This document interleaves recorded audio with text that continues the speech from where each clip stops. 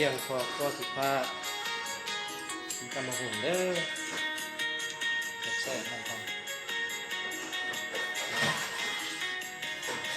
ตำมะหุ่นกินตำมะหุ่นแก้หน่อไม้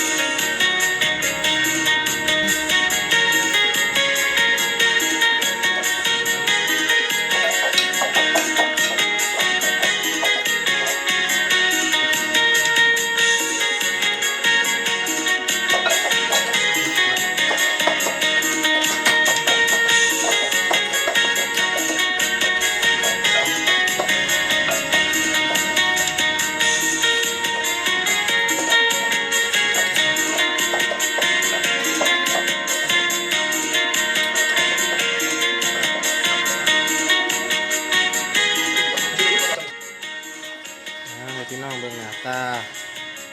ตำบักหุ่งเนาะคงสิแซ่บเลยกว่าเนาะ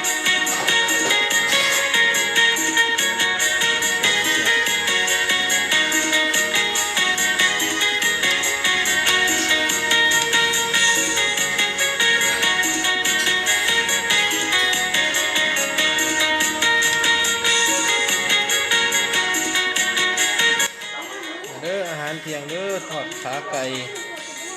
แกงหน่อไม้ตำบักหุ่งตำบักหุ่งเนาะฝีมือพ่อครัวเด้อ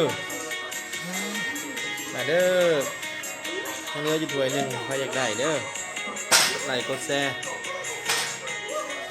เงื่อนไขที่มาเอาเองนะจอยกันโควิด -19 ช่วงนี้เป็นแนวแซ่บๆ